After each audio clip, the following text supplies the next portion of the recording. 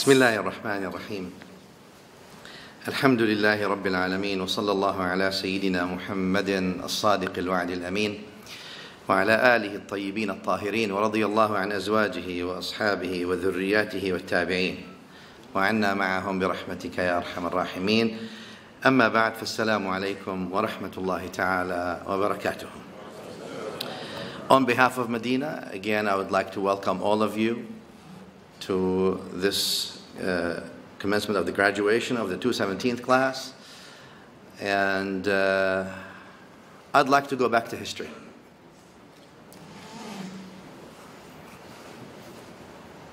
Why Medina?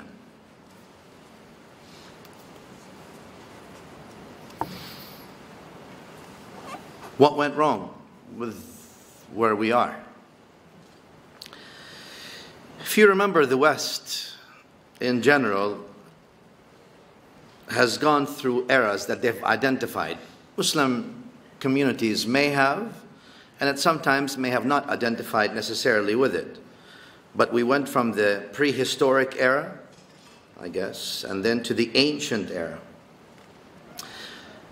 The ancient era included obviously the Middle Ages, and they include with that the time of the Prophet ﷺ, up until the Renaissance era, about year 1453 CE, that marked the ending of the ancient era. And then that marked the beginning of a new era that was forming, was called the modern era now. And the modern era, we had the era of enlightenment, if you remember, the Industrial Revolution, high modern era, and that modern era sort of ended around 1945. Common era again, to mark the beginning of a new era, which they sort of called and constructed, especially the postmodern and the modern and the postmodern, and that they called it now the postmodern era from about 1945 till now. Because things have gotten a bit faster in the world. We're doing things a lot faster than we used to do. And things are speeding up really at we're looking at nanometer in a femtosecond sort of measure. So maybe we're going now beyond the postmodern era. Meaning the world is, not necessarily the Muslim communities. They just tag along.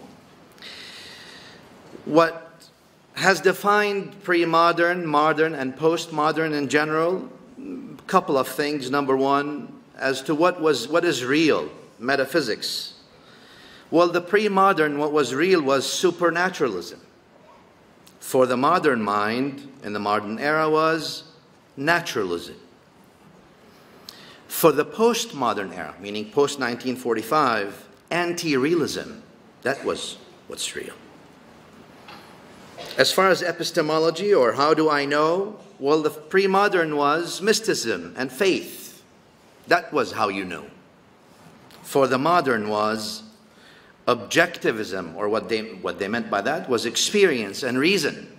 That's what's real. That's how you know. For the postmodern was social subjectivism.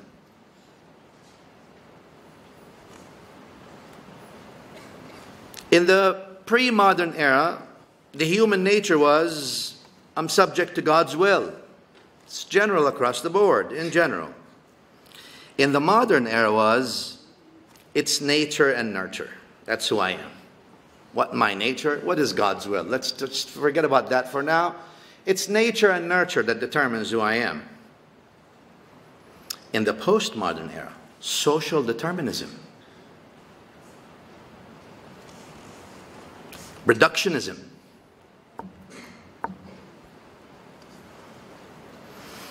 Ethics. How should I live? In the pre-modern era, altruism, collectivism. In the modern era was I, capital individualism. In the postmodern era, selective egalitarianism. The egalitarianism was not really complete. selective.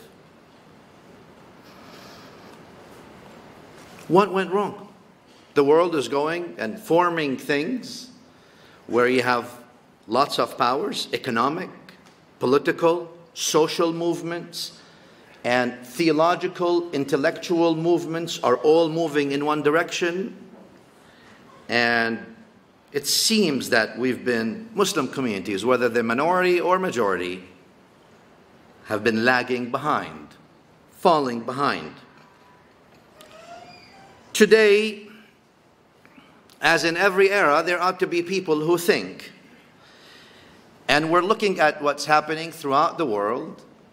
Let me put a disclaimer before I say anything. I am not a politician, nor do I know anything about politics. But I'm going to try to attempt to sort of look at things from a theological perspective as much as I can and stay away from politics. Anything I say in politics means nothing. I'm not an expert in it, nor do I know anything about it more than what you all hear. But from a theological perspective, then one might ponder, has the religious discord, the Islamic religious discord specifically speaking, been kidnapped? What happened?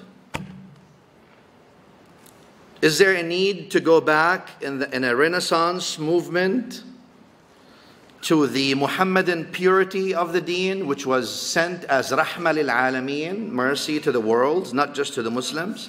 Is there a need to go back to the original book, which is the Quran, and the original Sunnah, the authentic prophetic Sunnah?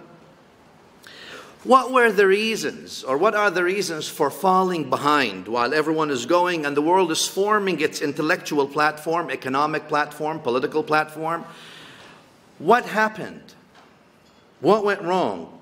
At the beginning of the 20th century, so in the modern and postmodern era, we had some people that went, especially in Egypt and otherwise, Jamal Din al-Afghani, Muhammad Abdur, Sayyid Muhammad Rashid Rida, others also throughout, they went and tried to find out what happened, especially after the collapse of the Ottoman Empire. How come Europeans were in this stage and we were in that stage? They figured out a few things, and let me just share with you the result of what they thought. They thought this was because of the blind taqlid, the rigid imitation that we have inherited, meaning the abandoning of critical thinking. And where that ended up being, you abandon everything and you just, knowledge in the deen becomes the ability to regurgitate memorized information. If you're able to regurgitate memorized information, then you're a scholar. They said that was the problem. They also considered that after the Ottomans' collapse, there was a military falling back or lagging behind. There were no national armies in Muslim majority countries. The armies were merely to protect the sitting power against the people of the land, rather than to actually provide prosperity. But they also pointed out other things, that lagging behind was not just academic or not just Islamic sciences, but lagging behind was also political, economic, social, and military. Economic or political because of the notion of the sole leader. Only one. No one else can be. And that one is forever.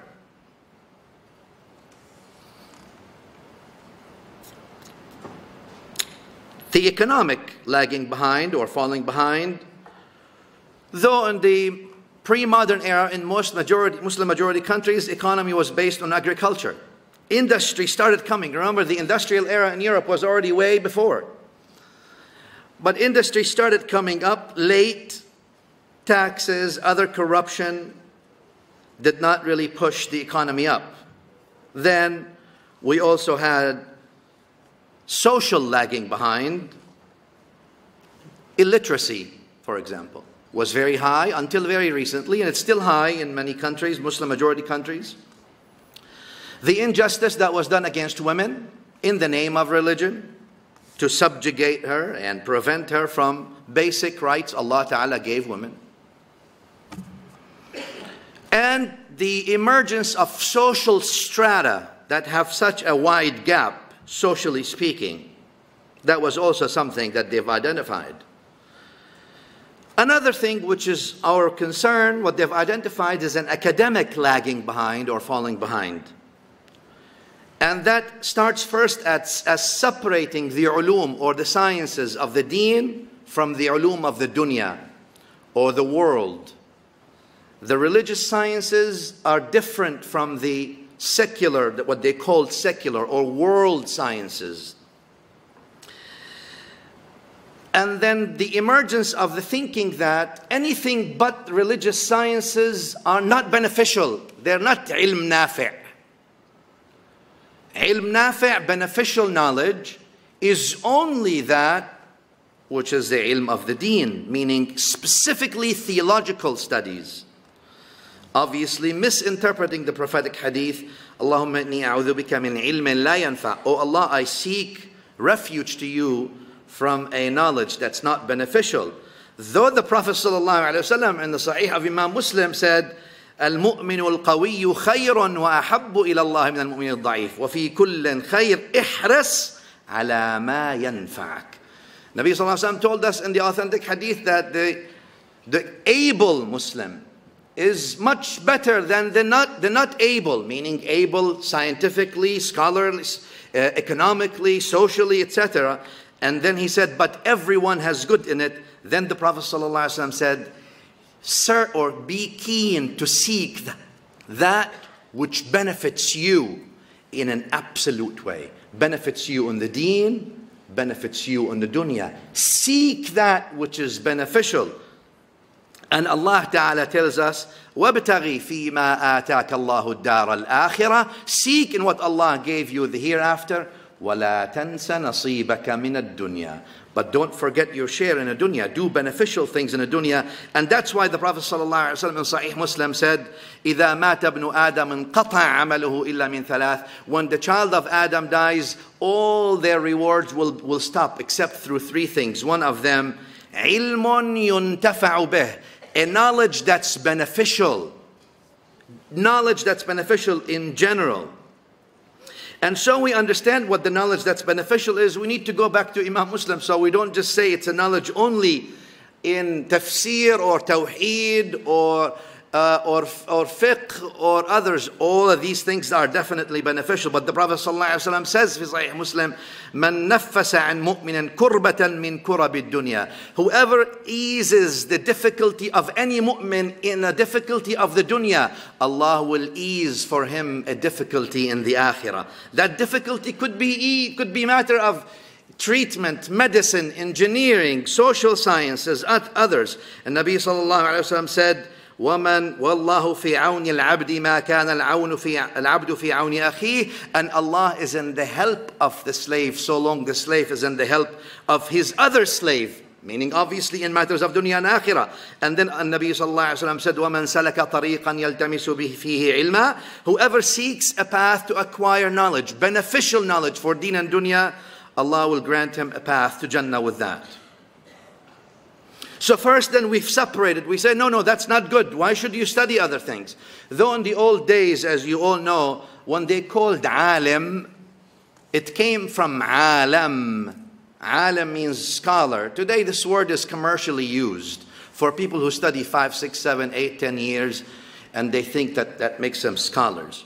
In the old days, alim meant the alam. You knew the alam. You knew the world sciences. And then if you go back 1,000 years ago or so, you'll find that our scholars of Islam, when they gave ijazah and fiqh, they gave ijazah in mathematics, ijazah in physics, ijazah in the ulum of kimya, chemistry, along with fiqh, along with tafsir, along with hadith. But then we started separating these things. And then we went to the ulum al-din. We said, all right, ulum al-din, then all right, we have at least 7 major sciences, right? Al-iman, al-tawheed, we have the fiqh, we have the usul, we have the hadith, we have the tafsir, etc. Right? Ulum al-Quran, then we have ulum al-musa'ida, al-lugha, etc., etc. All right, so we went and said, all right, let's reduce that now, all these ulum, to something called ulum al-fiqh, only jurisprudence, because that's what gets you a job.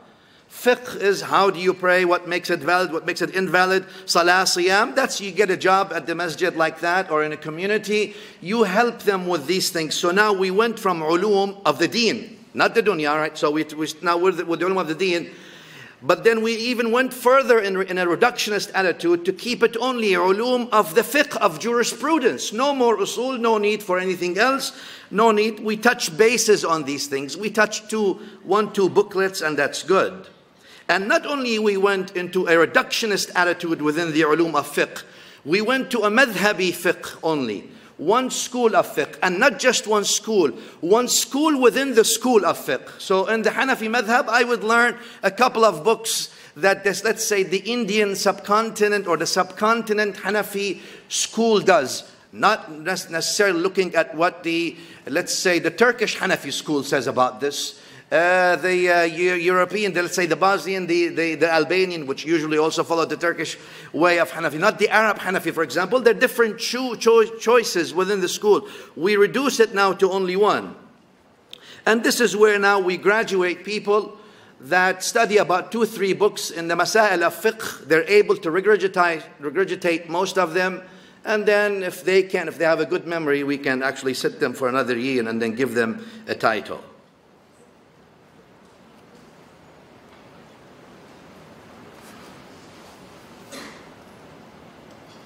Modernity, the modern era. So these people, scholars ask, what happened? They said colonization.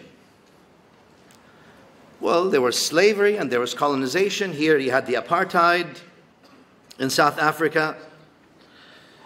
Sure, colonization, like slavery, impacts the human mind, impacts the progress, violates the core of humanity.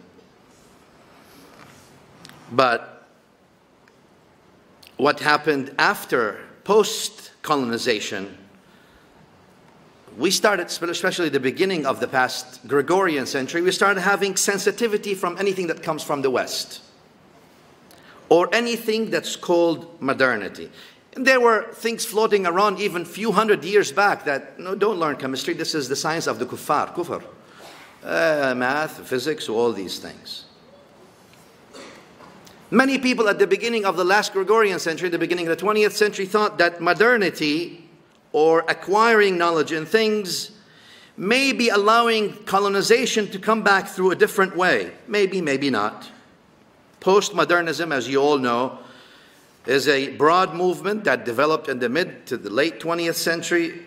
It's across philosophy, arts, architecture, criticism, which marked the departure, obviously, of modernism. But while it encompasses a broad range of ideas, postmodernity is typically defined by an attitude of skepticism, irony, or rejection towards grand ideas, religions, ideologies, universalism, including objective notions of reason, human nature, social progress, moral universalism, absolute truth, objective reality, all these things. Muslims are not the ones who are suffering from these things in a sense if they have a faith. Any community of faith is being challenged.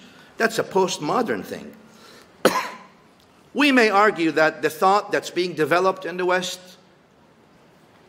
has good, bad, whatever it is, ugly. Well, we can always look and take what's good.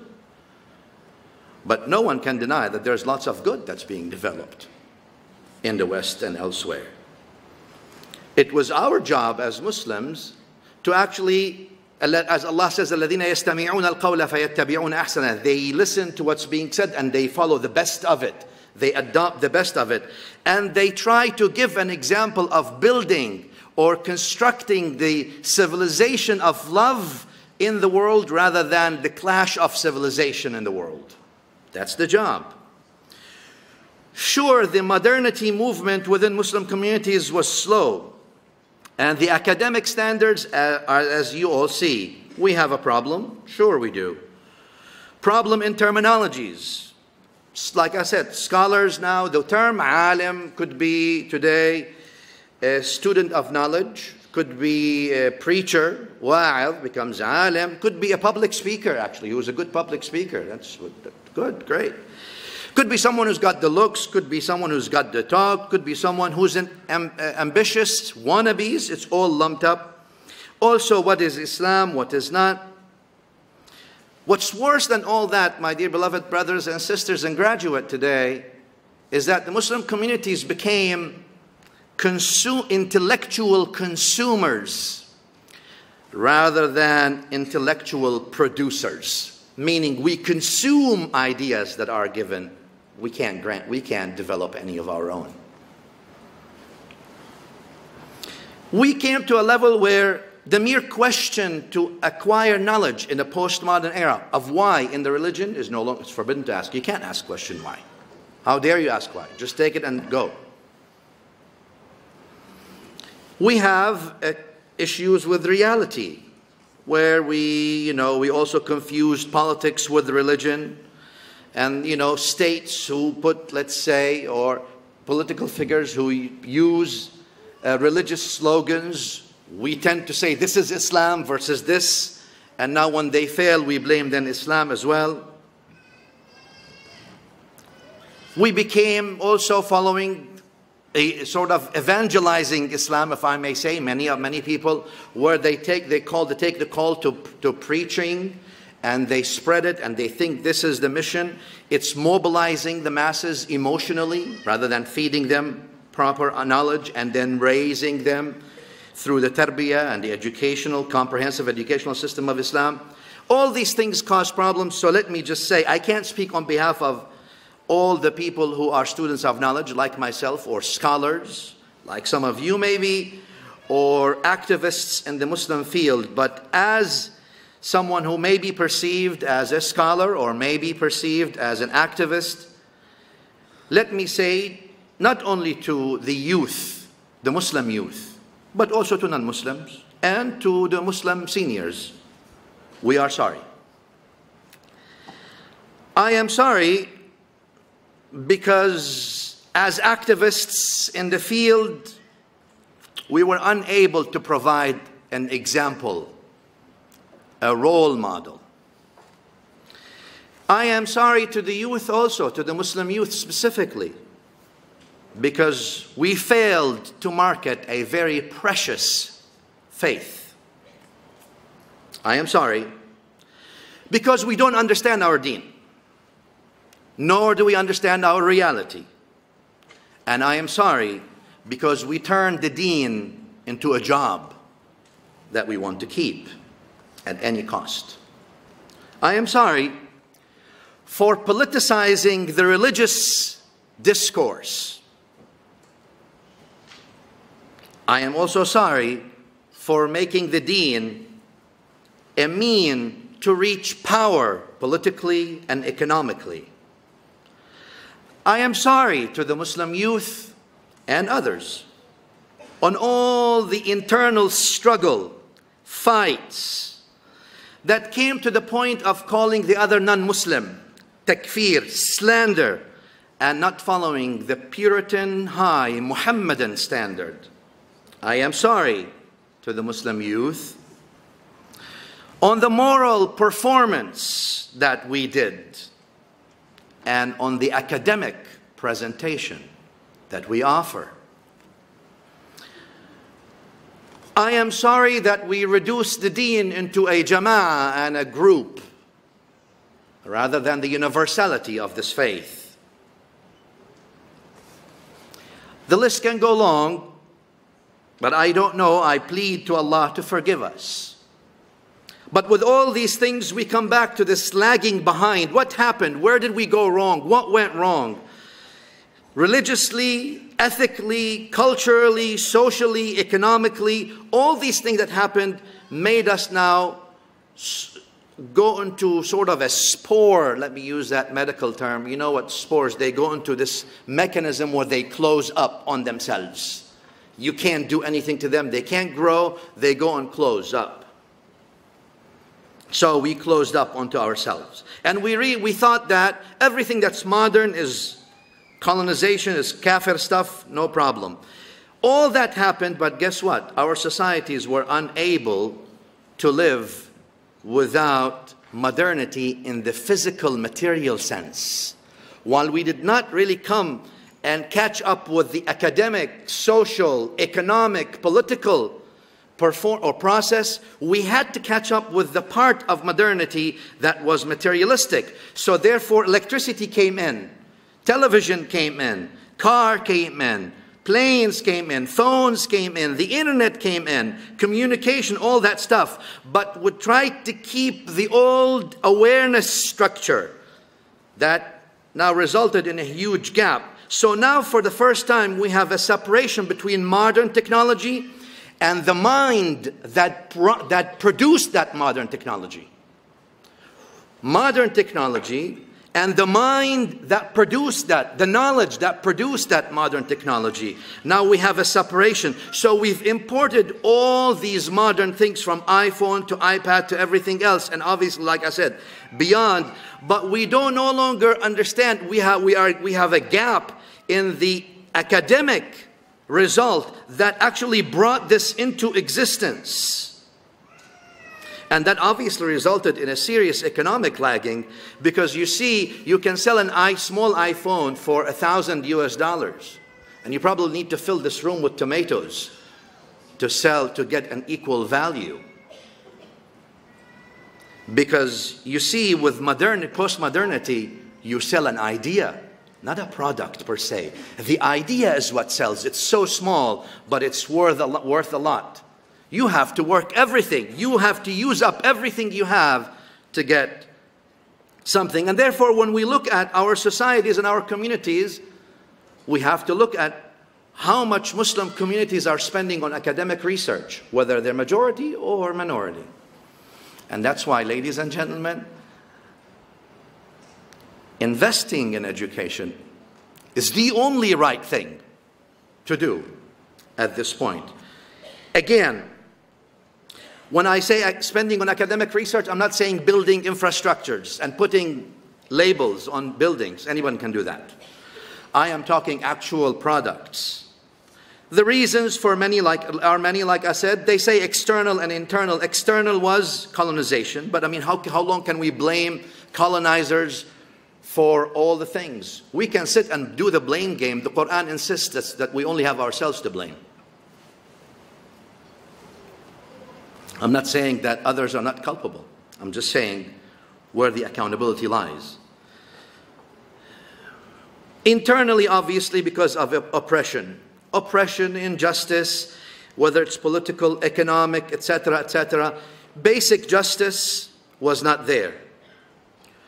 Let me move quickly so I don't take too much of your time. The other reason for lagging behind in post-modernity for Muslims, discovering oil. Yeah, oil. Crude oil. Then gas. All right, discovering oil in postmodern era, that brought some Muslim societies and made them very wealthy, and that's very good. Allah bless everyone. Bless them and bless everyone. Oil was discovered in the Arabian desert.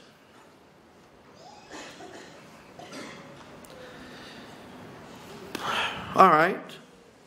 The Arabian desert had a Bedouin society, good society, good people, good values, good ethics. Desert is austere, rough a bit, harsh. And people also who live in different areas are affected. You're a product of your environment. There's good things, bad things everywhere. There's the good, the bad, and the ugly everywhere. Anyway, discovering oil, you'd think that all this wealth, massive wealth, that oil will bring, will make the societies now, will invest so that societies can catch up academically, economically, politically, and socially, and not only that, religiously as well, where we can go back to the times where we now produce not only critical thinkers, but revivers. We produce people who have the full content of the faith, not just a partial content and an impartial context and no application or innovation. There is a content now. We go back to that, where now academic Islamic institutions are places of where the minds clash. And that's what I seek at Madina everywhere I go. Madina should be the place where the minds clash, not the hearts. When the minds clash, we can come up with the best results. Unity should never ever mean conformity. This is not cult production. This is academic. And in academic discourse, the minds ought to clash. Instead of bringing that, using all that massive money that came, so that we can start being ideas producers to the world. We produce ideas that help the world. We produce things that help ease the suffering of humanity in every single aspect and layer and level in daily life, even on an intellectual level. Instead of that,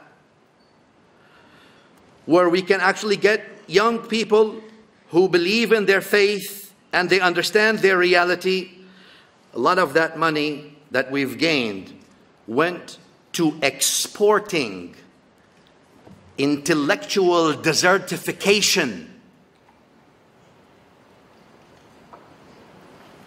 to export the school of the desert of understanding Islam. Not all the school of the desert, but a particular school in the Arabian desert. That understanding of Islam, that money went to exporting that to the world and globalize it. I call it intellectual desertification.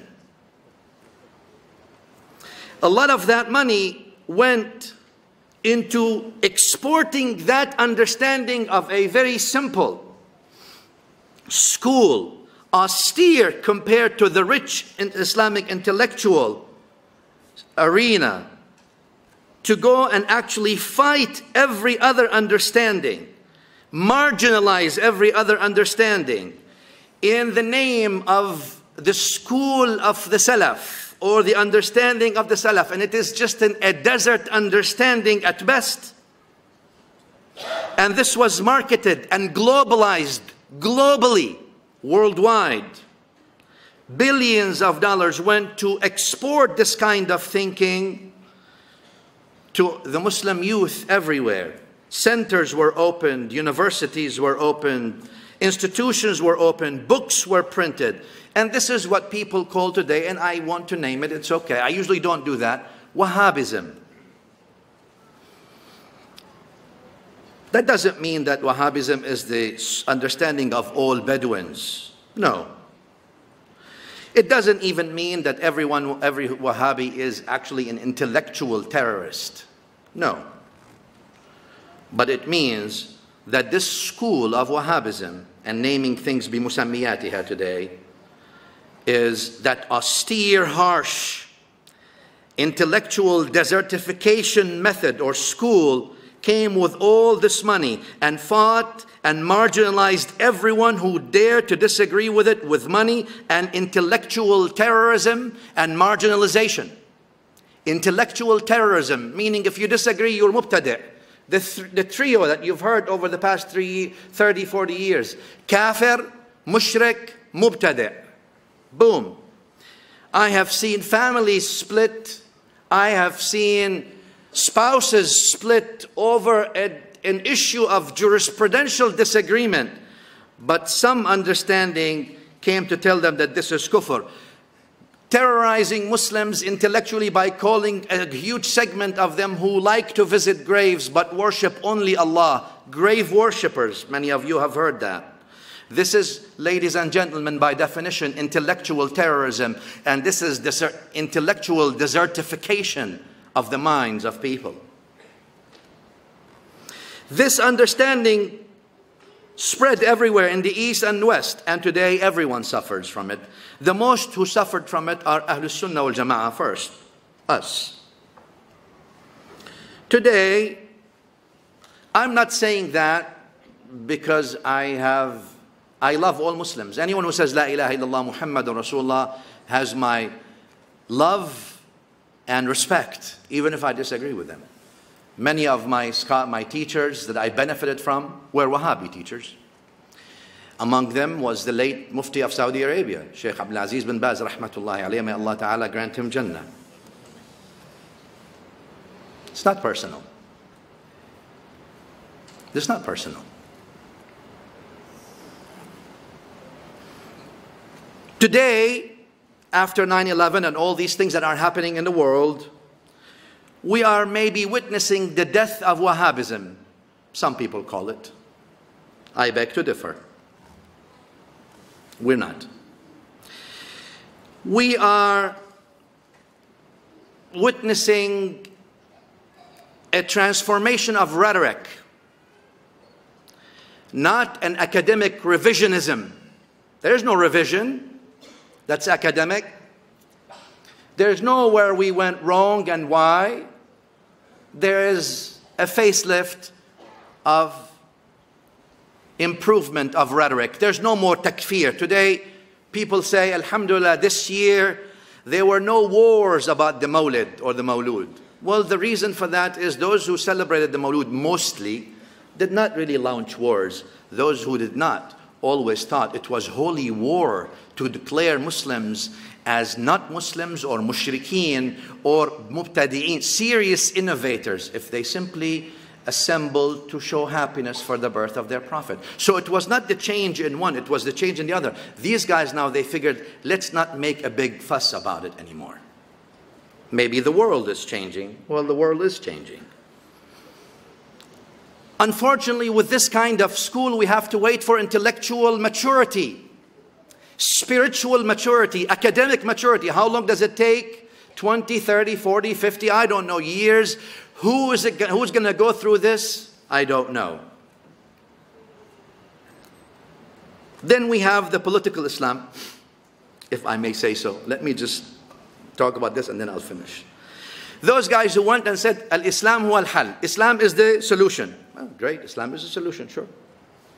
Islam is not salih for every place and time only. Islam is muslih for every place and time. Not just good, valid for every time and place. Islam actually reforms and contributes to every time and place. All right. But what happened with this political issue is that these guys, they figured that reform starts from the top. I get the chair of the king or the president, and then next day, romantically, everything changes because that's how it is. That's because they went and they taught history from a very romantic and unrealistic view. History as a story rather than an academic case studied case by case. And therefore, they thought that simply toppling a regime would mean now Islam is flourishing. And they didn't realize that Islam starts at the heart of the individual, not at the chair of the king only. Then we came to a discovering of the gas, and you all know about the wars of gas, over gas, oil and water. Muslims have become the double victims of these wars of gas, oil and water. Number one, because they're the victims of the tyranny, oppression, and authoritarianism that rules most of the Muslim majority countries. Number two, because also they were the subject or the victims of the greed of international powers who saved nothing so they can get what they need. So weapons are bought, wars are done, billions of dollars are spent.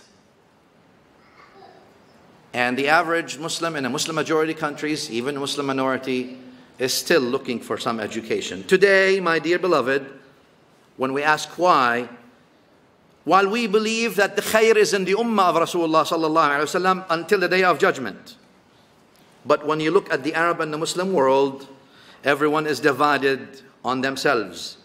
Iraq or an Iraqi is Iraqis. The Libyan is Libyans, and they fight and kill each other. The Syrian is Syrians. The Egyptian is Egyptians. The Yemeni is Yemenis. The Tunisian is Tunisians. The Lebanese is Lebanese, many Lebanese. The Pakistani is Pakistanis. The Indian are Indians. And obviously, as you know, that the oil and gas countries are a minority living in their land with a majority of imported workforce.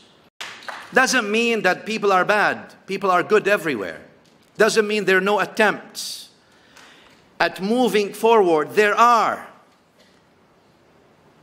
This is not a criticism of a regime or a movement or a government or a region or a public at all. There's only love that comes to all people, regardless who they are.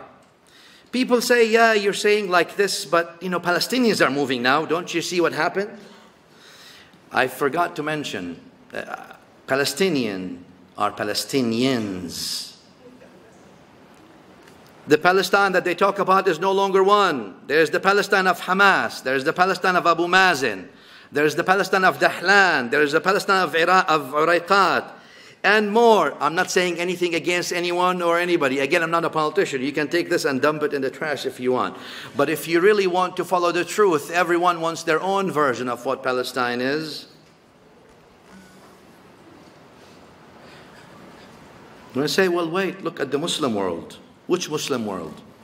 The Sunni world or the Shia world or the Ibadi world?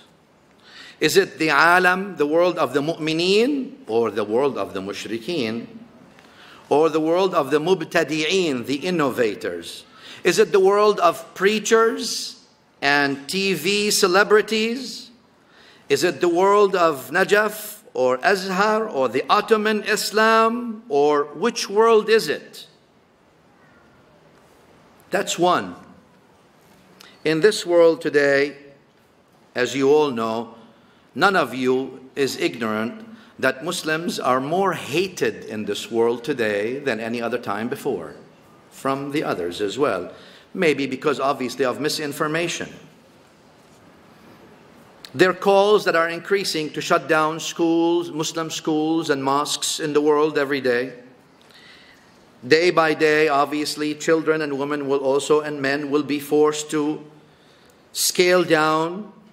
Muslim minorities in the world, they don't have much political voice because they have been now accused, suspected that they are communities, to say the least, that teach hate and that their children are time bombs.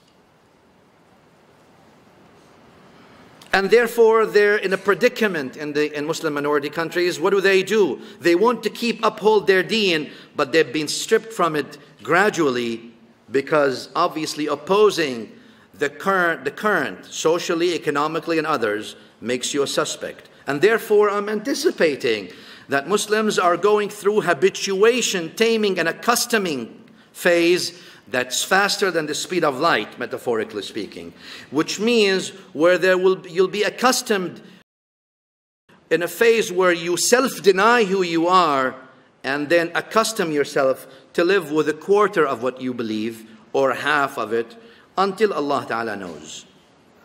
Many religious leaders today, they act like secular politicians, singing the praises of their own denomination while decrying their rivals with scant regard for charity.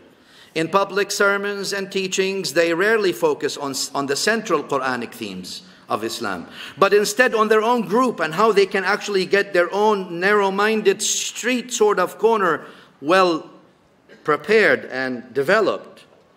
Sometimes abstruse doctrinal formulations implying that a correct stance on these issues, rather than the major central themes of the Quran, is the criterion of true faith. Not just that. Terrorism came in this century, especially post 9/11, to actually even cause further implosion of Muslims. What I am saying is that the atrocious 9/11 terrorist attack caused more implosions to the Muslims than to the towers. I'm not denying that Muslims do these things. Muslims are like any other human fabric. There's the good, the bad, and the ugly. But when you look at the result, you see that the implosion happened more to Muslims than to the very towers, though both are very tragic and sad and atrocious. Then what happened with the era of ISIS, Al-Qaeda, then ISIS, and tomorrow it could be other name. It's the same thing anyway. It's a manifestation of a Puritan Wahhabi indoctrination that's practiced. I'm almost done. We had this Al-Qaeda, then we had ISIS, so we have few thousand of Muslims have been recruited to commit atrocities and crimes against humanity, against people of earth, and even against Muslims. So now Muslims themselves, many of them, they started fearing their own deen and suspecting that faith that they have. Because the world is not stupid. The world knows that some of the hate that some Muslims carry against each other is far more than that which they carry against anyone else. I don't want to hide that from you. I was among the people who were very happy with the beginning of what's the so-called the Arab Spring, which I called many years back the Arab Fall rather than the Spring. Especially at the beginning where it was non-violent. After the militarization of the Arab Spring, and after I saw some of those who assume leadership in the Ummah, academically and spiritually, pleading to NATO and to the West and the East to bomb their countries and kill their own brethren who differ with them maybe politically or religiously, and fatwas for violence, I realized that despite the actual calls of the people, of the very people who need freedom, who need democracy, who need to live in a free society, I realized that the whole Arab Spring was a big lie and deception. And I realized that the muftis of blood, they took, or they bear, a main responsibility in mobilizing the people to kill each other because they disagree with each other politically. And I realized that for a couple of reasons. It takes me 2 minutes and then we'll stop. Because I'm getting signs from here, signs from there. I understood. So I appreciate your signs. Thank you. Nadima, thank you. I saw you. Because this spring did not really catch up to all the states that fall under authoritarian regimes. It was very selective in the states that it evolved in. The states that were filled also with corruption and oppression, that knows no value for democracy or human rights. In fact, the amazing thing that these very states became the host of such calls and the sponsors of it. That should make you question things. That this Arab Spring did not really look at the major issues of the Ummah, but it was only, not even talk about it, it was only calling for rebellion, freedom to rebel against all and everything. And don't think that Islam is not part of it. 3, because this Arab Spring did not really have any intellectual content except rebellion. And there was only one ijma' that it has in common, and that ijma' or consensus was not islah, reforming the system, but was toppling the system. And I have no plan, we had no plan for the next day. Because you all know after you topple an authoritarian system, you will be living under chaos, corruption, and oppression in different ways for a long time to evolve. There's not going to be one Pharaoh after you topple a regime without being prepared. There will be 10 pharaohs, 20 pharaohs, maybe 100 pharaohs. Fourth, because this leading of this movement, the spring, were by good young people, followed with emotions and hopes, but ideal rather than real. And they didn't understand the fiqh of istita'ah, or the jurisprudence, or the knowledge science of capacity, muwazanat, balances, awlawiyat, the fiqh of awlawiyat, the priorities. And therefore the fuel for the movement was this frivolous, impetuous address by preachers and political activists. Fifth, I saw in teaching hatred towards the other. Since when religious figures others? Since when our deen, our religion, others? Since when do we do othering? Doesn't Islam believe that everyone on the face of the earth, Muslim or not Muslim, is either a wali, a saint, or a potential saint? If you're a Muslim, you're a saint. If you're not a Muslim, you're potentially a saint. Since when there's othering in Islam? But again, this Machiavellian tactics were used. And I always say what's worse than political tyranny is religious tyranny. And that's why I realized myself, and that's my political conviction, and I could be wrong, obviously. I don't hate anybody, obviously, as you all know. I love them all, and I pray for all of them. But I was convinced that this spring is just a time bomb that was put in the body of the ummah to shatter it into pieces. For all this, my dear beloved, Madina was born.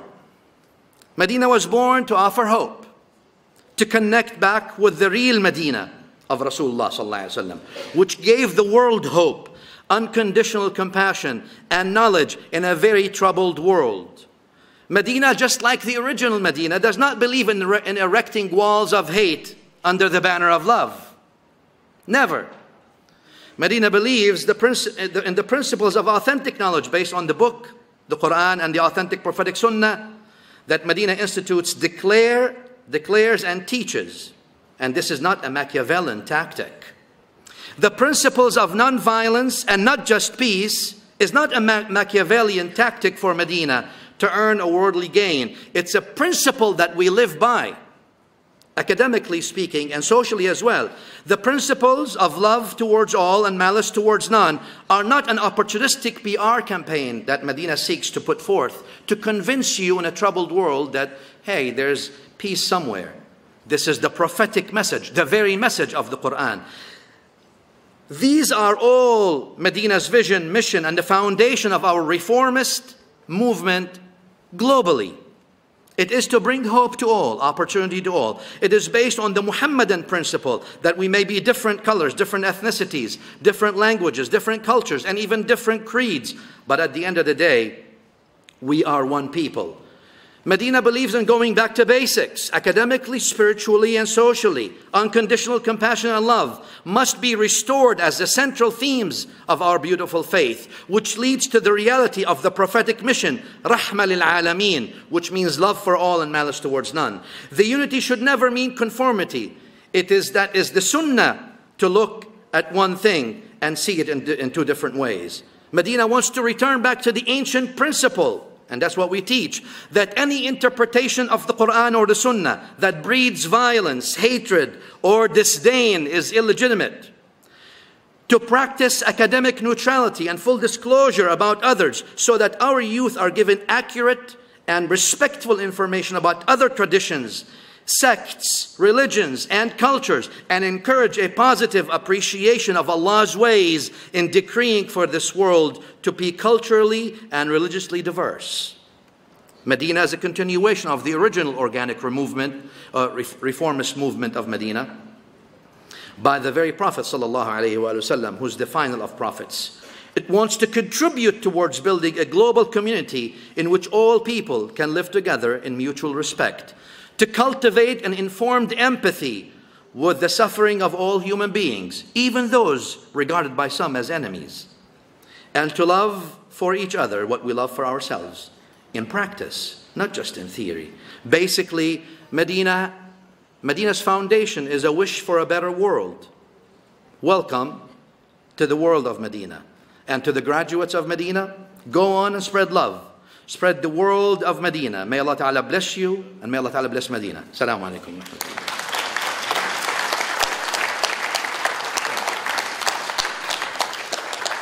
Jazakallah khair, Sheikh Nenevi, for a beautiful talk, a challenging world for our young people, but concluding that the prophetic model will remain from now till Yawm al-Qiyamah, and that model is there for us all to emulate. Ladies and gentlemen, we will now break for Maghrib Salah. Just quick house rules. When you return from Maghrib Salah, please return to the same seat that you are sitting on so that we have order when we return back. Maghrib will be performed on the level as you leave the chamber. Jazakallah khair. Assalamu alaikum.